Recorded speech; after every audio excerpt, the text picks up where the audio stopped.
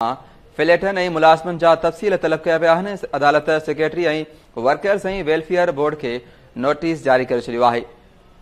Sindh high court जो चवणु आहे त छो न वर्कर्स वेलफेयर फंड जी चेयरमैन खे तलब कयूं, लेकिन सुञाणींदासीं सखर खां जस्टिस सलाउद्दीन पंवर ऐं जस्टिस अब्दुल मुबीन लाखो केस जी ॿुधणी कई आहे।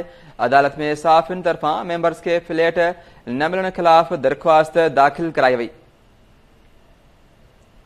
वकील जो मौक़िफ़ आहे त मज़दूरनि लाइ 5,960 फ्लैट्स तामीर कया विया आहिनि, जेके 62 माण्हुनि खे ॾिना विया।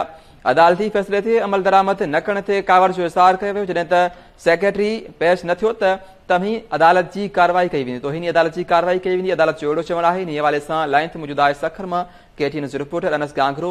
जी अनस, छा तफ़सील आहिनि? जी ज़ुबैर, बिल्कुल सिंध हाईकोर्ट सखर बैंक में अॼु सखर प्रेस क्लब तरफां PF जे अॻुवान लाला असद तरफां वर्कर वेलफेयर बोर्ड जेके फ्लैटूं आहिनि साफ़िन खे न ॾियण ख़िलाफ़ दाख़िल दरख़्वास्त केस जी ॿुधणी थी आहे। सिंध हाईकोर्ट सखर बैंक जी बरुखनी बेंच जस्टिस सलाउद्दीन पंवर ऐं जस्टिस अब्दुल मुबीन लाखो पारां केस जी ॿुधणी कई वई। अदालत में दरख़्वास्त गुज़ार ॿिन्ही धुरियुनि जा वकील, साफ़ तौर वर्कर वेलफेयर बोर्ड जो नुमाइंदो ऐं सरकारी वकील पेश थियो।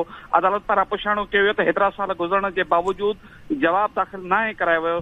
सेक्रेटरी वेलफेयर बोर्ड जे नुमाइंदे तरफ़ां मोहलत घुरी वरिती। अदालत पारां कावड़ जो इज़हार कंदे सेक्रेटरी वर्कर वेलफेयर बोर्ड खे शोकास नोटिस जारी कंदे मुकमल जेको आहे सो ब्रेकअप घुराए वरितो आहे। अदालत तरफ़ां सेक्रेटरी वर्कर वेलफेयर बोर्ड खे हुकुम ॾिनो वियो आहे त 1 मार्च ताईं समूरियूं जेके सिंध में फ्लैटूं आहिनि मज़दूरनि खे ॾिनियूं वयूं आहिनि, न ॾिनियूं वयूं आहिनि, उन जा तफ़सील केतिरा मुलाज़िम जेके आहिनि सो मज़दूर जेके आहिनि उहे रजिस्टर्ड कया विया आहिनि, उन जा तफ़सील फंड जेके मिलिया आहिनि उन्हनि जा तफ़सील गॾोगॾु जेके मज़दूरनि जा बारड़ा आहिनि उनखे सिहत तौर तइलीम सां गॾोगॾु ॿियूं कहिड़ियूं सहूलियतूं ॾिनियूं आहिनि। अदालत तरफ़ां सेक्रेटरी वर्कर वेलफेयर बोर्ड खां मुकमल तौर ते जेके आहिनि इहो तफ़सील घुरी वरिता आहिनि। अदालत तरफ़ां चेयरमैन वर्कर वेलफेयर बोर्ड खे नोटिस जारी कयो पियो वञे, जंहिं तरफ़ सरकारी वकील तरफ़ां मोहलत घुरी वरिती। अदालत खे ॿुधायो वियो त चेयरमैन जेको आहे सो सूबाई वज़ीर आहे। अदालत चयो त जेकॾहिं उन्हनि खे एॾो ई चेयरमैन थियण जो शौक़ु आहे त पोइ कोर्ट में बि जेके आहिनि सो पेश थींदा।